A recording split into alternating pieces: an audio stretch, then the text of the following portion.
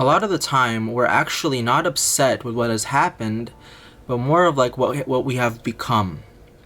Let me explain what I mean. An experience happens, let's say you do something that you think you regret. But really, we never get sad from what has happened because we know that what has happened grew us into something better. We don't have anything to lose in life. Life is its own blessing, its own benefit. There's nothing to lose from even making what you think is a mistake. So everything actually grows the soul, and everything is to be benefited from in life. This idea that we can be sad over a regret that has happened or a mistake of the past is just an illusion. It's a delusion, it's an illusion. It's not really what you're worried about. What you're worried about when you think you're worried about something that you have done or something you regretted over is actually you're worried about what you have become. You don't like the being that you have become because everything in life is there to grow you. But if you don't like what you have become in terms of like your personality or something like that, there's a clear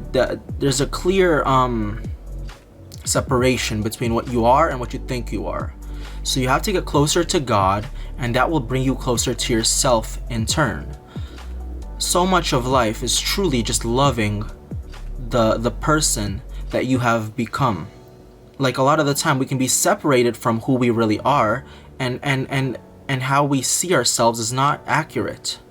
And that's totally normal, but it's not healthy. It's called soul loss, and people sometimes feel like they are not, they feel empty, or they feel like they lost a part of themselves. That's just because they're distanced from their own selves and their understanding of self. They've lost their sense of self. If you were truly close to yourself and you didn't have any loss of sense of self, it doesn't matter if you're a horrible person in the past, you're still gonna love yourself because you know that God didn't cheat you. You've become exactly what it is that your actions have made you out to be in your experiences. So how can you possibly hate yourself? There's a clear distance between what you have become and what you think you've become. My message in this video is very simple. Get to know yourself. Get closer to your own soul. Do some contemplation. Dig in the recesses of your mind. Do some shadow work. Get to love yourself, and remember, there's only one of you in this world. You're changing, everybody else is changing, the nature of the world is change. Everything will change about you, but who you are right now, and who you are always going to be in the current moment, get to know that you, get to love that you, and get to understand that you. This just means loving what it is that you are. You are a human being, you're so lucky to be one. Why not take some pleasure in that, for example? And from there on, know what you really like to do. Know what you don't like to do. Realize the illusions you have about your past.